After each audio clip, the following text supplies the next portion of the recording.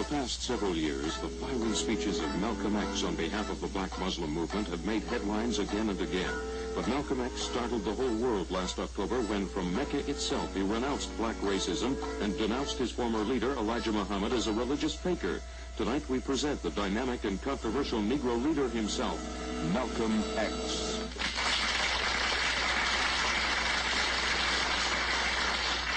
Another hidden challenger panel, and this time you're going after an international story. Gordon, may we start with you this time, please? 3 minutes. The story happened on a continent beginning and ending with the letter A. Yes. Was that Asia? Yes. Was it east of India? No. Was it in India? No. Was it west of India? Yes. So was it up in the Persian area? No. Was it around the Holy Land? Yes. Has this to do with one of these Arab uprisings? Something in the Arabian country? Which question?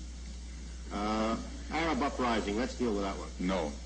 In an Arabian country? Yes. Was it Saudi Arabia? Yes. Was it the throning of the new king? No. Was it within the past 3 years? Yes. Was it in 1964? Yes. Well, there was a new king there. One abdicated. There was an airplane crash with a lot of diamonds spread around in the sands. They discovered a little more oil. They bought 17 more Rolls Royces, and they married 406 more wives. Any of those stories? No. Pass to Betty. Thanks a lot. I think you covered them all. All right, is this a happy story?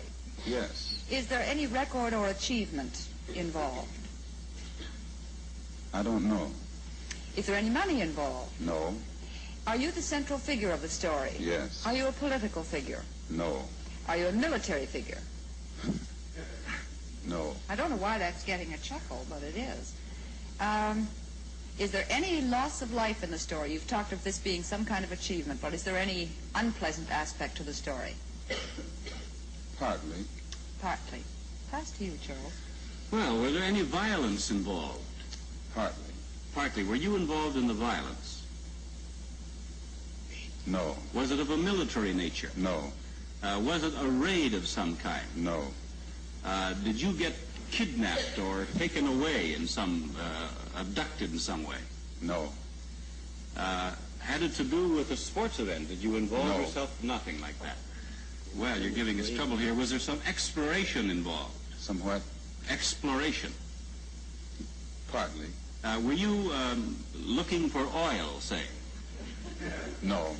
You were not, but this got a chuckle also. Did you fall heir to a lot of money? No. Did you take some money off somebody else through some legal proceedings? No. Is this an archaeological story? No. Is there any political aspect to it? Partly. There's partly a political aspect. Is a discovery of some sort involved? Yes. Is a crime of some sort involved? Partly. Partly a crime, partly a discovery. Saudi Arabia. There is an element to this story geographically that you couldn't hope to understand without exploring some other areas, which is giving you the trouble. There's Yemen, there's Aden, there's the Bible. It just, our guests made, in effect, this announcement from this particular place, but if you'd connected the United States, perhaps you would have gotten a little closer to it.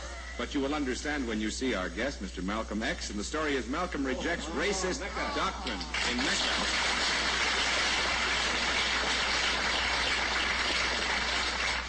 There was no way of getting you back on the track without giving it away. We knew the story would give you trouble, and it did, and we want to talk with our guest in just a moment. We'll do that, but first this message from the makers of Du Maurier cigarettes. In sharp contrast to the goal of integration sought by such civil rights leaders as Dr. Martin Luther King has been the goal of black nationalism espoused by the black Muslim movement in America. In recent years, growing crowds have listened to the argument that the Negro in America can never find justice in a society dominated by whites. Leader absolute of the black Muslims is Elijah Muhammad, the messenger of Allah. He has led and spoken for the movement since its early days, some 30 years ago. But in the last few years, the most dynamic and prominent black Muslim spokesman has been Malcolm X. A year ago, a rift developed between Elijah Muhammad and Malcolm X, and the fiery Malcolm X quit Elijah's movement. After announcing his intention of starting a black nationalist party, Malcolm X traveled to Mecca, there to study with the ranking scholars of Islam and to work with the Muslim World League. In October, in 2 letters from Saudi Arabia, Malcolm X rejected the philosophy of black racism and called Elijah Muhammad a religious faker. Tonight, Front Page Challenge welcomes the outspoken Negro leader, Malcolm X. Sir, what's the real reason why you two men split? Is it merely ideological, or is it personality? What else?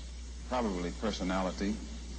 It was not the statement that originally was given by the movement when we split. It's more personality than anything else. You've called people like Martin Luther King, who just got a Nobel Peace Prize, an Uncle Tom. Is this correct, first?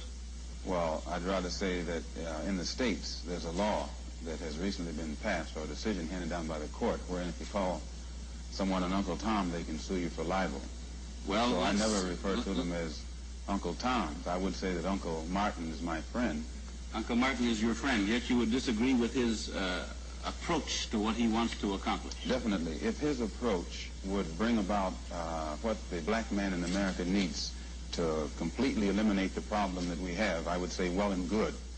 But I very much doubt that anyone who adopts the approach that Martin Luther King has been teaching to our people in that country can point to any meaningful gains that has actually served to solve the problem. Black Muslims have sometimes, whether you have or not, and I think probably you have sometimes, it seemed to me, been preaching hate to meet hate.